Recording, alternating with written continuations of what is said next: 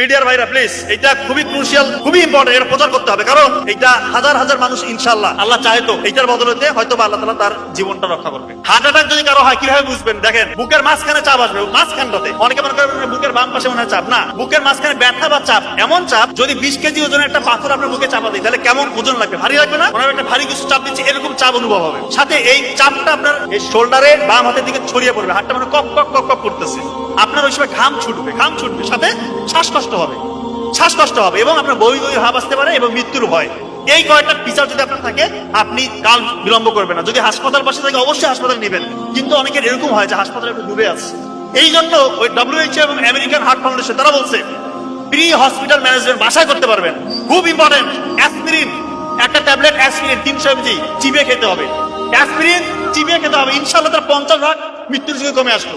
Nitroglycerine একটা হচ্ছে spray পাওয়া যায়, নাইট্রোগ্লিসারিন মার্কেটে বিভিন্ন নামে আছে, ওইটা জিহ্বার নিচে 2 চাপ দিতে হবে। আর একটা হচ্ছে অ্যাটোরভাস্টাটিন গ্রুপের যে কোনো একটা ওষুধ 40 mg খাইতে হবে। আল্লাহ চাহে তো তার মৃত্যুর ঝুঁকি ইনশাআল্লাহ আপনি 70-80% বাসার মধ্যে কমাই দিলেন, এরপর দ্রুত হাসপাতালে নিয়ে যেতে হবে।